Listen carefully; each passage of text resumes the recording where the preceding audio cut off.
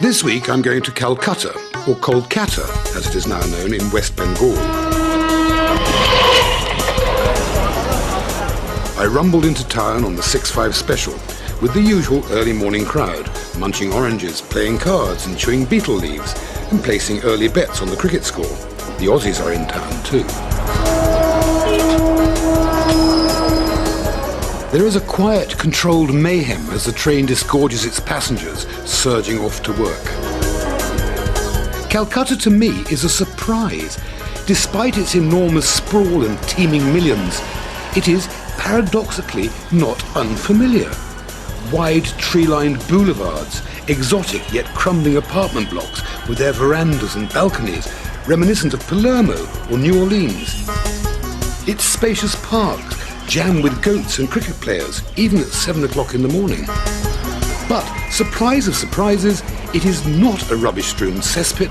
Calcutta is amazingly clean.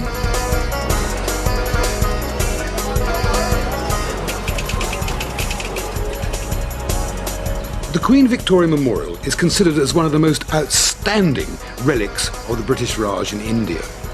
You can go inside and see the amazing museum for a mere £2. But for me to stand in front of it to be filmed, they wanted £1,500. So I thought, I'll do it in the road. In a city as vast as Calcutta, it's very difficult to really put a handle onto Calcuttan, or shall we say Bengali cuisine. There are a vast Chinese community here, all sorts of people from all over India. But one thing which all the dishes here have in common, they are cooked either with mustard seed powder or cooked in mustard seed oil. It's a very dark, pungent oil. Anyway, my duck curry today requires cardamoms, cloves, cinnamon, ginger paste, garlic paste, salt, turmeric, coriander, red chili powder and bay leaves. And in here, I've already got frying, in this very pungent oil, some sliced Indian red onions, so they're brown already. Then we have to add the cardamom, the cinnamon and the cloves and the bay leaf and let that crackle, let the flavour come out of it in the hot oil. Then we'll add some red chili powder. You must stir that in well so you get the flouriness out of it. Then some coriander powder. And then a little turmeric powder. These stoves are like jet engines. They either take off at 1,000 feet per second or they blow out in the wind. One of the curses of television land is the wind. Then we'll put some garlic paste in and some ginger paste.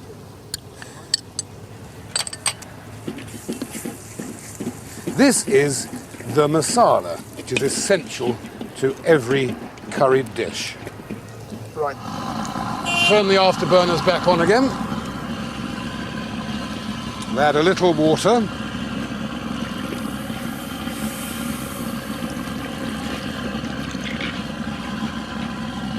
And we just pop in the duck pieces, which are on the bone. Most people in Western Europe hate bones, but here in India, even fish is cooked on the bone, rabbit, duck, chicken, mutton, all cooked on the bone because, of course, it does give a much better flavour.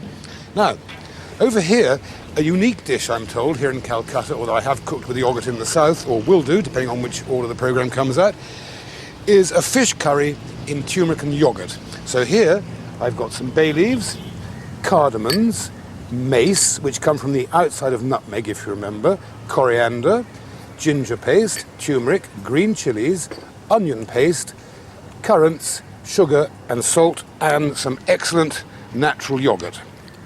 So, now this is a time where you really can see this very pungent mustard oil quite clearly. You see, it's got an amazingly deep colour, and it smells of mustard, tastes of mustard, and you should use it really quite sparingly because it is very, very strong. First thing then, we'll crackle the mace and the cardamoms. This brings the flavour out of them. A couple of bay leaves.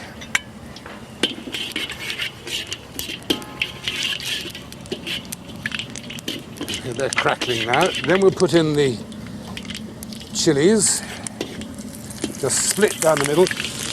Then we add some turmeric powder.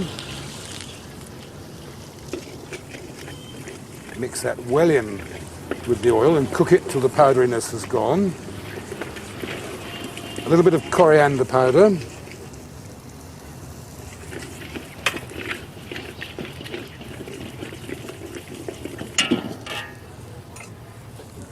Some ginger paste, it's a bit too much actually.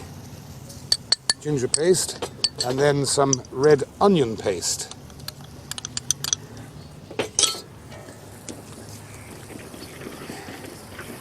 Let that cook gently so all the flavours are absorbed, and once again we have our masala.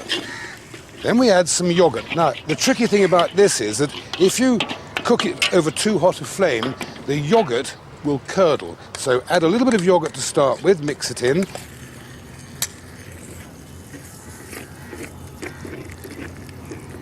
Then a drop of water to thin it down a bit. And stirring all the time and keep it over a very low heat until you have a gravy. In Indian cooking, you don't have sauces, you have gravies. So we now have the yogurt mixed with the masala and we've got the gravy. Then we've got this wonderful fish, which is a sort of a freshwater carp or mullet kind of fish. So now these fresh fillets of fish are just poached gently in the masala and the yogurt gravy. Simply let that simmer gently for only now about 5 or 10 minutes. It's another good dish that demonstrates that Indian cooking can be very, very quick, which is most enjoyable. Here in Calcutta, everything is flavoured with mustard seed oil. For example, our fish curry cooked in mustard seed oil with yogurt and turmeric. Or our duck masala, musty, tangy, and a very much an acquired taste.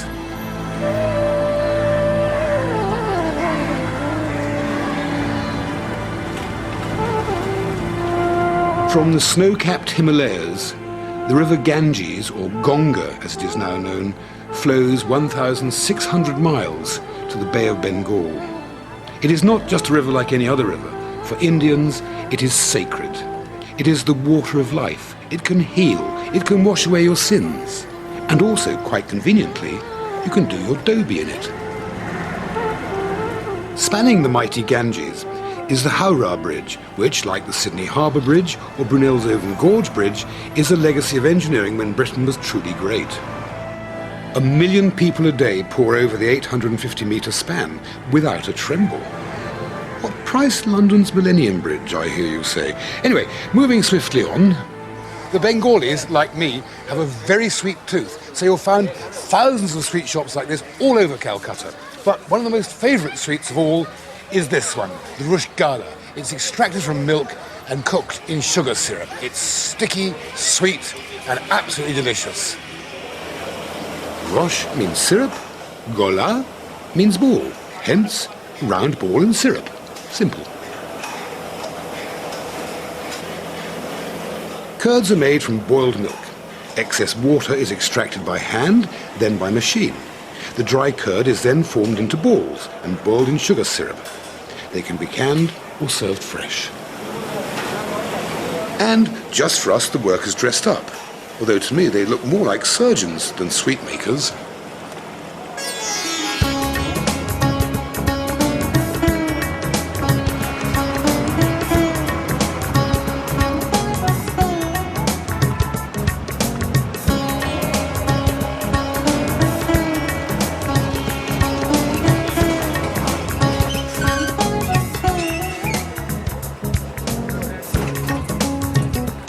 Hello. Can I have a sweet one, please? Thank you. After eating in India, instead of an after-eight mint, you are offered a pan, a betel leaf stuffed with spices and condiments like mint, sweet jelly, date palms, cardamom, sometimes tobacco, as a mouth freshener and digestif. However, overindulgence, they can be addictive and stains the teeth badly, but what the hell, they taste great. Thank you very much.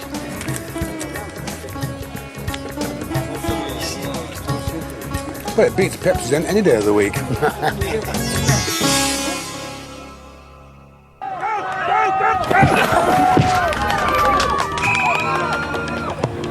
The term railway children takes on a desperate connotation in Calcutta, far removed from the adventures of Jenny Agatha and chums.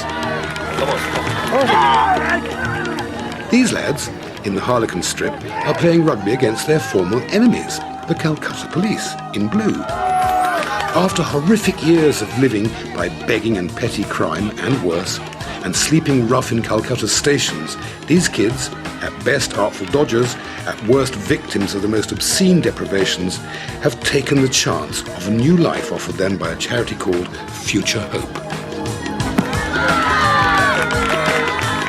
Now here's a strange match. Take Sanjay, for example. When he was 6, he ran away from home. 4 years later, the charity found him. And 18-year-old Kabir, he doesn't even know how long he spent on the streets, but he does remember being arrested. And Bablu, he was tied up as a child, and at the age of 6, he managed to cut the ropes and escape. You get the picture, I'm sure.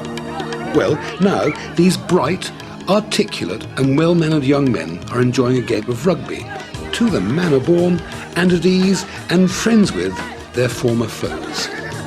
Rugby, along with food and wine and other things, is one of my great passions. So when I was invited to cook a barbecue for this lot today, I accepted with alacrity, and I thought I could perhaps show you a few tips as well. The secret for Indian barbecuing is the marinades they make. Now, my first marinade is going to be for cottage cheese. I'm going to put some turmeric powder into my bowl, some red chili powder, some garam masala, which is cinnamon, cloves and cardamoms and bay leaf all ground up. Then some of this strange Bengali mustard seed oil, some lemon juice, and the ubiquitous tomato sauce. Can't go anywhere without it. A bit more turmeric. Now on my kebab here, I've got local cottage cheese, peppers, onion and bits of tomato. So I'll just finish off the last ones of these and pop it into the fridge to marinate for about an hour. That's the first one. The second one is for my prawns, and this one again has the same garam masala, same turmeric, same red chilies, but this time some ginger and garlic paste and some yogurt, natural yogurt, into the prawn marinade. And some lemon juice. We mix that up into a nice paste and paint that onto the wonderful king prawns, or the tiger prawns as we have here. And again, leave that in the fridge for about an hour. And the third one I'm doing is for chicken pieces. And here we have fresh coriander, finely chopped, fresh green chilies, finely chopped, ground cumin seed, a little salt, ginger and garlic paste,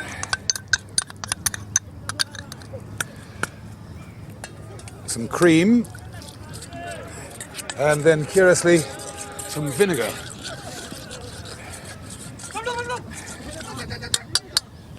And we pour that, as I've already poured some, over the chicken pieces and leave that to marinate for about an hour.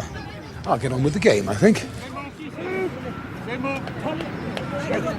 Go! Watch the camera, watch the camera!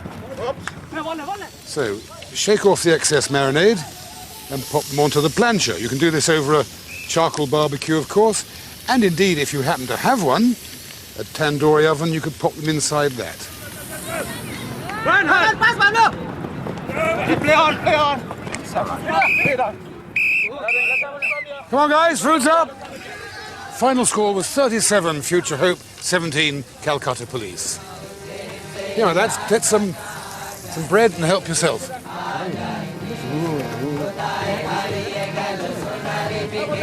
Apart from the appalling temperature, the outrageous humidity, the stickiness, we could have been at Isha Rugby Club. I hope you've enjoyed it. We really have. We really watching us have. play rugby as Yeah. well as cooking. It's great. Two of my great passions. One is rugby and one is cooking.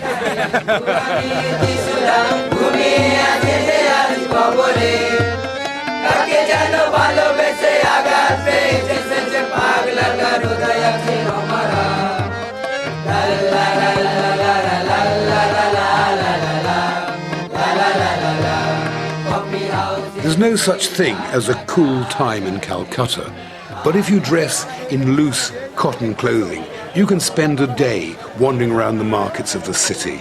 Take, for example, Beau Bazaar. It's absolutely extraordinary. The energy, the vibrancy, and the variousness of all the fruits and vegetables that are on display there, the hard work the men are putting into it. And then you go to the book market in College Street. Now here is a sensational place. Millions and millions and millions of books. And if you love flowers, look at this lot. It's absolutely spectacular, and the fragrance really destroys the otherwise quite polluted smell of the city. It is truly a breath of fresh air. And pick a leaf or two, pick a petal or two, cast it into the Ganges and make a wish. It's fair to say that rice is the staple diet of the Indian. And here they produce 11 different varieties, ranging in prices from about 16p a kilo to 50p a kilo. But this is for basmati rice, which is produced in the north, not down in the south. And apart from making little rice cakes, idlis, and dosas, which are rice pancakes, of course it goes with every kind of curry or vegetable dish. And even the flies really enjoy it. However, more about rice later. Today, I'm in a fishy state of mind. The distinctive flavour of Bengali cooking comes from the use quite liberally of mustard seed paste and mustard seed oil. Now this dish, which is going to be fish stuffed into a banana leaf, is a typical version of this way of cooking. First of all, this rich mustard seed oil, then some turmeric, some red chili powder, as hot or as little as you like, some mustard paste, paste of ground ginger and garlic, a little sugar to take away the really pungent flavour of the mustard, and to make it extra hot, some fresh green chilies. Don't forget, the more seeds you leave in a chili, the hotter it is. The more you take out, the cooler it is. Oh, goodness me, it's really, really powerful smell. If you're using mustard seed oil, you will really know it. It catches you right at the back of the throat. And you won't escape it here in Bengal. Everything, but everything, uses mustard oil and mustard seed. Right, onto a banana leaf, spread a bit of that. Then put on one fillet of fish. Smear the paste evenly on both sides. Fold the banana leaf. Now, obviously, you could use tin foil if you don't have banana leaves. And fasten it with a cocktail stick. So you have a neat little packet. And in the time-honoured tradition of cookery programs, here's a handful I prepared earlier. So they just go into the steamer.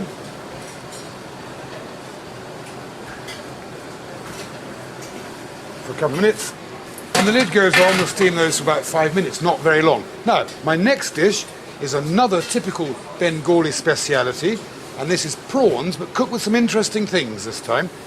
Cardamom seeds, bay leaves, ginger and garlic, but a puree of onions, boiled onions, and a puree of boiled cashew nuts, red chili powder, cumin powder, and turmeric. So, as usual, the first thing we do, little oil in the wok, and we come back to this term crackling, which is to sizzle the spices until they crackle, and that's when the flavours and the oils of the spices are released.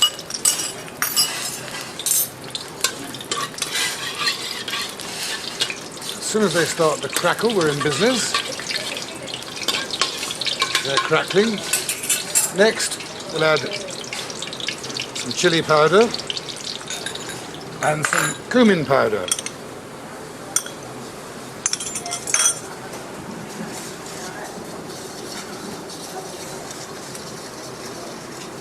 Cook that for just a second or two so the flouriness is gone. Then we'll add the ginger and garlic. Then the puree of boiled onions. Once that's nicely cooked, we'll add the puree of boiled cashew nuts. Health warning here, if you're allergic to nuts, this dish is not for you because also it is enriched with coconut milk. And we simmer that in coconut milk for a while. Then we'll add a bit of cream as well. So if you've got a heart problem, avoid this dish like the plague. And then finally, just chuck in the lovely big tiger prawns, which I've deveined down the back, remove the head, remove the shell, and just leave the tail on, and let them simmer in this wonderful mustard-flavoured coconut and cashewed gravy until the prawns are cooked. Just 2 or 3 minutes. Another example of how quick Indian cooking can be. 2 classic Bengali dishes, prawns simmered in a gravy of pureed cashews and coconut milk, lightly spiced, and fish coated in an aromatic mustard paste with spices and steamed in a banana leaf. Oh, by the way, I've written a book to accompany this series. It's called Floyd's India, and it includes all the recipes I've shown you and more. And of course, it's available from all good bookshops.